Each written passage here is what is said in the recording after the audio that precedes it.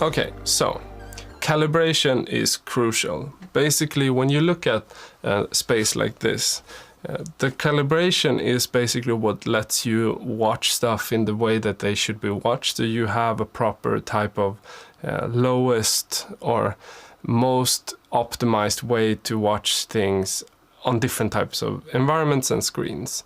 And there are certain things that you need to think about.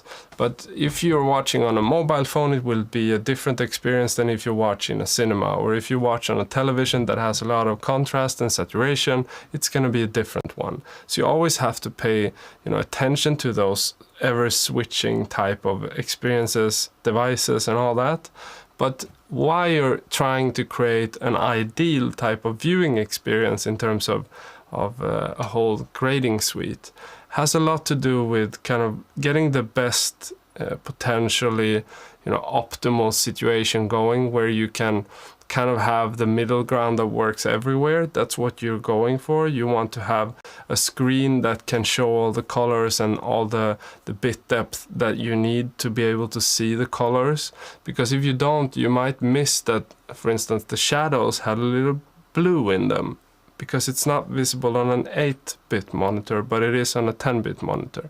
There's a lot of these things that, once you start to get more deep into grading, calibration becomes a really essential part of it all. And I'm not, anal in any way about this. I have my own suite. I can grade in this environment that it is now. I have a light there, I have a light in my face there, I have a light there. I wouldn't complain about that. I'm more practical. I know that, you have real situations. Some people will sit on a laptop and other people will sit with a suite like this.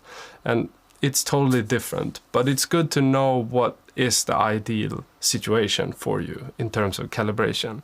So let's just go through that and talk a little bit about how you create that from, having much and no money, basically.